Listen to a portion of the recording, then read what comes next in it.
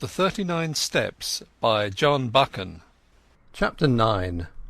The 39 Steps. "Nonsense," said the official from the Admiralty.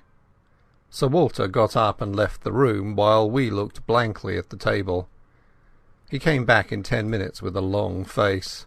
"I've spoken to Alloa," he said. "Had him out of bed, very grumpy. He went straight home after Mulross's dinner."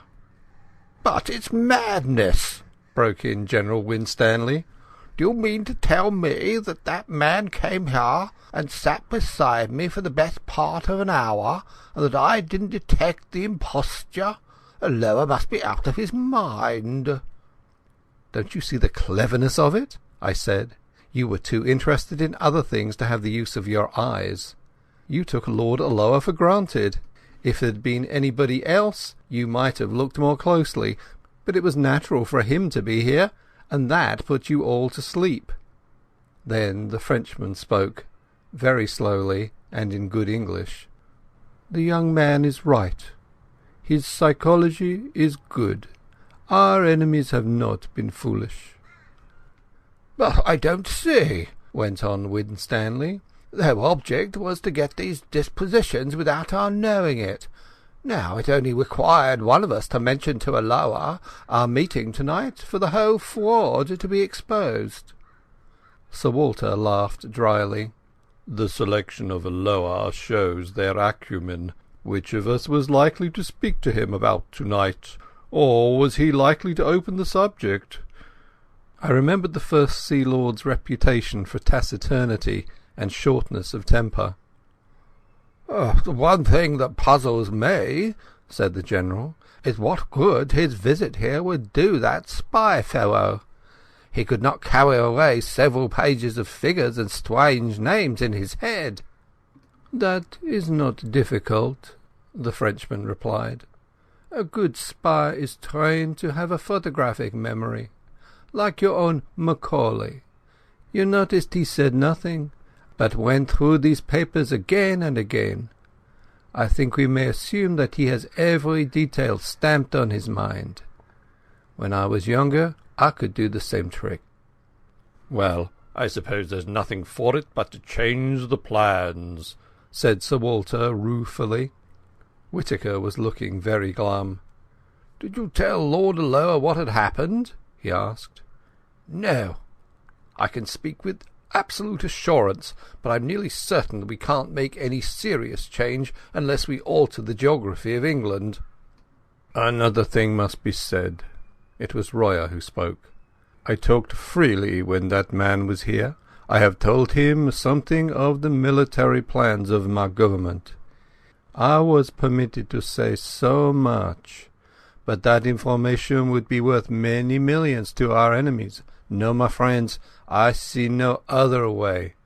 The man who came here and his confederates must be taken, and taken at once." "Good God!" I cried. "And we have not a rag of a clue." "Besides," said Whittaker, "there is the post. By this time the news will be on its way." "No," said the Frenchman, "you do not understand the habits of the spy. He receives personally his reward, and he delivers personally his intelligence. We in France know something of the breed. There is still a chance, mes amis. These men must cross the sea, and there are ships to be searched and ports to be watched. Believe me, the need is desperate for both France and Britain." Royer's grave good sense seemed to pull us together. He was the man of action among fumblers. But I saw no hope in any face, and I felt none. Where among the 50 millions of these islands, and within a dozen hours, were we to lay hands on the 3 cleverest rogues in Europe? Then I had an inspiration. "Where is Scudder's book?" I asked Sir Walter. "Quick, man, I remember something in it." He unlocked the drawer of a bureau and gave it to me. I found the place. 39 steps, I read, and again 39 steps. I counted them, High tide, 10:17 p.m. The Admiralty man was looking at me as if he thought I had gone mad. "Don't you see it's a clue?" I cried. "Scudder knew where these fellows laired. He knew where they were going to leave the country, though he kept the name to himself. Tomorrow was the day, and it was some place where high tide was at 10:17.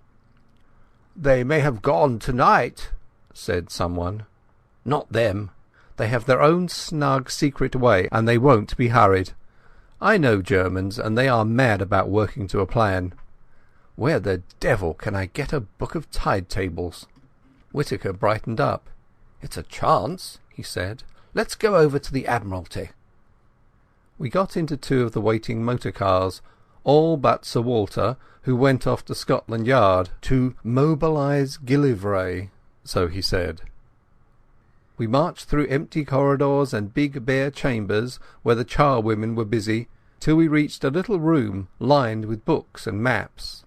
A resident clerk was unearthed, who presently fetched from the library the Admiralty tide tables. I sat at the desk, and the others stood round, for somehow or other I had got charge of this outfit. It was no good. There were hundreds of entries, and as far as I could see 10:17 might cover 50 places. We had to find some way of narrowing the possibilities. I took my head in my hands and thought there must be some way of reading this riddle. What did Scudder mean by steps? I thought of dock steps, but if he had meant that I didn't think he would have mentioned the number. It must be some place where there were several staircases, and one marked out from the other by having 39 steps. Then I had a sudden thought, and hunted up all the steamer sailings. There was no boat which left for the continent at 10:17 p.m. Why was high tide important? If it was a harbour, there must be some little place where the tide mattered, or else it was a heavy draught boat. But there was no regular steamer sailing at that hour, and somehow I didn't think they would travel by a big boat from a regular harbour. So it must be some little harbour where the tide was important, or perhaps no harbour at all. But if it was a little port, I couldn't see what the steps signified. There were no sets of staircases at any harbour that I had ever seen. It must be some place which a particular staircase identified, and where the tide was full at 10:17. On the whole, it seemed to me that the place must be a bit of open coast, but the staircases kept puzzling me. Then I went back to wider considerations. Whereabouts would a man be likely to leave for Germany? A man in a hurry, who wanted a speedy and a secret passage. Not from any of the big harbours, and not from the Channel or the west coast or the north of Scotland, for remember he was starting from London. I measured the distance on the map and tried to put myself in the enemy's shoes. I should try for Ostend, or Antwerp, or Rotterdam, and I should sail from somewhere on the east coast, between Cromer and Dover. All this was very loose guessing, and I didn't pretend it was ingenious or scientific. I wasn't any kind of Sherlock Holmes. But I've always fancied I had a kind of instinct about questions like this. I don't know if I can explain myself, but I used to use my brains as far as they went, and after they came to a black wall I guessed, and I usually found my guesses pretty right. So I set out all my conclusions on a bit of Admiralty paper. They ran like this. Fairly certain. 1. Place where there are several sets of stairs. One that matters, distinguished by having 39 steps. 2. Full tide at 10:17 p.m, leaving shore only possible at full tide. 3. Steps, not dock steps, and so place probably not harbour. 4. No regular night steamer at 10:17. Means of transport must be a tramp, unlikely, yacht or fishing boat. There my reasoning stopped. I made another list, which I headed Guessed, but I was just as sure of the one as the other. Guessed. 1. Place not harbour, but open coast. 2. Boat small, trawler, yacht or launch. 3. Place somewhere on east coast between Cromer and Dover. It struck me as odd that I should be sitting at that desk with a cabinet minister, a field marshal, 2 high government officials and a French general watching me, while from the scribble of a dead man I was trying to drag a secret which meant life or death for us. Sir Walter had joined us, and presently MacGillivray arrived. He had sent out instructions to watch the ports and railway stations for the 3 gentlemen whom I had described to Sir Walter. Not that he or anybody else thought that it would do much good. "Here's the most I can make of it," I said. "We've got to find a place where there are several staircases down to the beach, one of which has 39 steps. I think it's a piece of open coast with biggish cliffs somewhere between the Wash and the Channel. Also, it's a place where full tide is at 10:17 tomorrow night." Then an idea struck me. Is there no inspector of coastguards or some fellow like that who knows the east coast? Whittaker said there was, and that he lived in Clapham. He went off in a car to fetch him, and the rest of us sat about the little room and talked of anything that came into our heads. I lit a pipe and went over the whole thing again till my brain grew weary. About 1 in the morning the coastguard man arrived.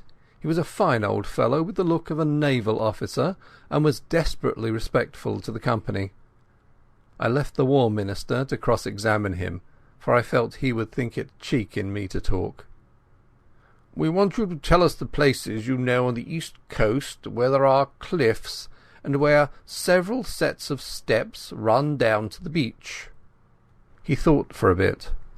"What kind of steps do you mean, sir?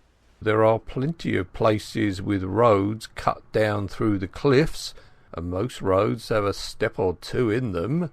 Or do you mean regular staircases, all steps, so to speak?" Sir Arthur looked towards me. "We mean regular staircases," I said. He reflected a minute or 2. "I don't know that I can think of any. Wait a second. There's a place in Norfolk, Brattlesham, beside the golf course, where there are a couple of staircases to let the gentleman get a lost ball." "That's not it," I said. "Then there are plenty of marine parades, if that's what you mean. Every seaside resort has them." I shook my head. "It's got to be more retired than that," I said. "Well, gentlemen, I can't think of anywhere else. Of course, there's the Rough." "What's that?" I asked. "The big chalk headland in Kent, close to Bradgate. It's got a lot of villas on the top, and some of the houses have staircases down to a private beach.